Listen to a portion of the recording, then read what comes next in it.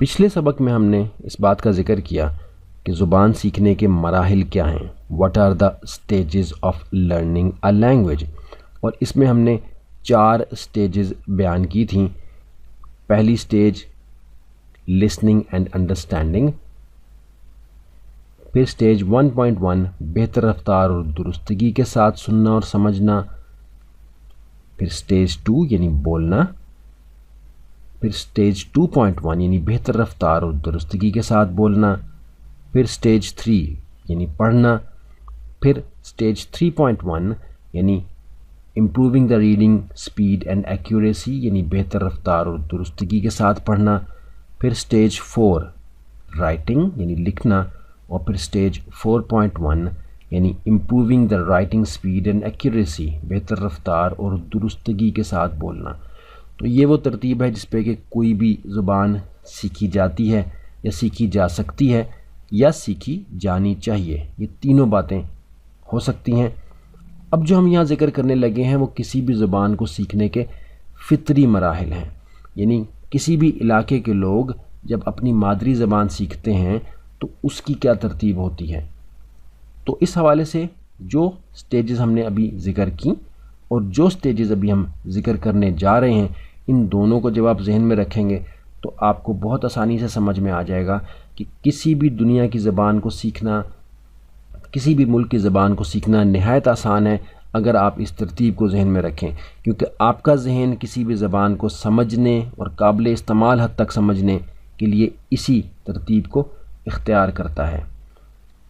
تو کسی بھی زبان کو سیکھنے کے فطری مراحل یعنی natural steps of learning a language میں جو مراحل ہم یہاں ذکر کرنے جا رہے ہیں وہ مراحل ہیں کہ جس پہ کہ ہم نے اپنی بھی مادری زبان سیکھی اور دوسرے علاقوں والے، چاہے جرمنی والے ہوں، چاہے فرانس والے ہوں، چاہے امریکہ یا برطانیہ والے ہوں، ان کے بچے اپنی مادری زبان سیکھتے ہیں۔ تو پہلی سٹیج ہے اس میں سن کر الفاظ کے معنی سمجھنا، یعنی چھوٹے بچے سب سے پہلے سنتے ہیں لیکن سمجھتے نہیں، لیکن پھر سن کر الفاظ کے معنی سمجھنا شروع ہوتے ہیں، ان کو سمجھ میں آنے لگتی ہے کہ ان الفاظ سے کیا مراد ہے، knowing the meanings of words by listening. تو یہ عمل جو ہے لرننگ ووکیبلری ایج 1 to 2، 1 سے 2 سال کے بچے الفاظ کو سمجھنا شروع کر دیتے ہیں، ان کے معنی کو سمجھنا شروع کر دیتے ہیں، اور پھر وہ اگلی سٹیج پر آتے ہیں الفاظ کو ملا کر جملے بنانا۔ پہلے وہ ٹوٹے پھوٹے الفاظ ہی بولیں گے، جملہ نہیں بنا پائیں گے، لیکن joining words to make sentences کا جو عمل ہے یہ 2 سے 3 سال کی عمر میں ہو جاتا ہے، جس میں کہ ورڈ آرڈر وہ سمجھ جاتے ہیں، الفاظ کو ترتیب سے رکھنا وہ سمجھ جاتے ہیں، جس میں کہ ان کی ساری گرامر کور ہو جاتی ہے۔ ہم جانتے ہیں کہ ہم نے اپنی مادری زبان سیکھنے کے لیے کوئی گرامر کی کتاب نہیں اٹھائی، کوئی گرامر کا اصول یا قاعدہ ہمارے والدین نے ہمیں نہیں سکھایا۔ جب ہم چھوٹے تھے، 2، 3، 4، 5 سال کے تھے تو ہم بولنا شروع کر چکے تھے، لیکن گرامر کے اصول اور قواعد ہم نے پڑھ کر نہیں سیکھے تھے بلکہ اس کو استعمال کر کے سیکھے تھے۔ تو یہ 2 سے 3 سال کی عمر کا بچہ، اس کی گرامر خود سے درست ہونی شروع ہو جاتی ہے۔ پھر تیسری اور فائنل سٹیج ہوتی ہے جملوں کو روانی اور ٹھیک طرح سے بولنا،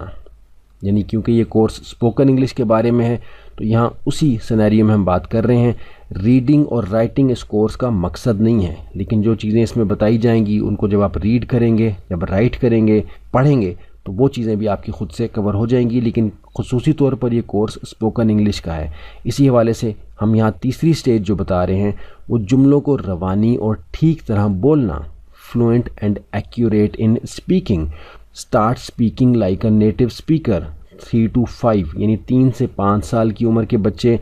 کسی بھی علاقے کے اپنی مادری زبان کو ایسے بول رہے ہوتے ہیں جیسے کہ مادری زبان بولنے والے بولتے ہیں۔ آپ انگریزوں کے 3 سے 5 سال کے بچوں کو اگر دیکھیں تو آپ ان کی انگریزی کی فلو یعنی کس فلوئنسی سے، کس رفتار سے وہ انگریزی بولتے ہیں، ایکوریسی ان کی کیا ہوتی ہے یعنی بالکل ٹھیک طریقے سے کیسے بول رہے ہوتے ہیں، لہجہ یعنی ان کا ایکسنٹ کیا ہوتا ہے وہ بھی بالکل نیٹو سپیکرز والا ہوتا ہے۔ تو ایک پیدا ہوا ہوا بچہ اگر 3 سے 5 سال کی عمر تک بالکل نیٹو سپیکر بن سکتا ہے تو یہ کیا وجہ ہے کہ ہمارے تعلیمی نظام کے اندر 16، 18، 20 سال گزارنے کے بعد بھی نیٹو سپیکرز کی طرح نہیں بول پاتے، یا چلیں نیٹو سپیکر نہ ہوں لیکن کم از کم فلوئنٹ تو ہوں، ایکیوریٹ تو ہوں، آپ کا ایکسنٹ تو ٹھیک ہو، یعنی ٹھیک سے مراد یہ ہے کہ انڈرسٹینڈیبل ہو، جو بات آپ کریں وہ آسانی کے ساتھ ایک نیٹو سپیکر، وہ شخص جس کی کہ مادری زبان انگریزی ہے، وہ آسانی کے ساتھ سمجھ سکے۔ تو جب یہ ہمیں نتائج حاصل نہیں ہو رہے، اس کا مطلب ہے کہ کوئی بہت بڑا پرابلم ہے، اور یہ بہت تفصیل کے ساتھ ہم آگے چل کے واضح کرنے جا رہے ہیں، اس لیے بالکل پریشان نہیں ہونا۔ جو باتیں اب تک آپ نے کور کی، ان کے نوٹس بنائیں، ان کو اچھی طرح سے سمجھیں اور پھر آگے چلیں۔ اس کورس کے بعد انشاءاللہ آپ کو کوئی کورس نہیں کرنا، اس لیے آپ کو جو کچھ بھی اس میں سمجھنا ہے پوری طرح سے سمجھنا ہے، اور کوشش کرنی ہے کہ اس کورس کے کانٹینٹ میں سے کم 2 سے 3 بار آپ گزریں، اور اس کے بعد اس کورس کو کچھ لوگوں کو پڑھائیں بھی، تاکہ بہت اچھی طرح سے آپ اس کو سمجھ جائیں اور اپنے عمل میں بھی انشاءاللہ لا سکیں۔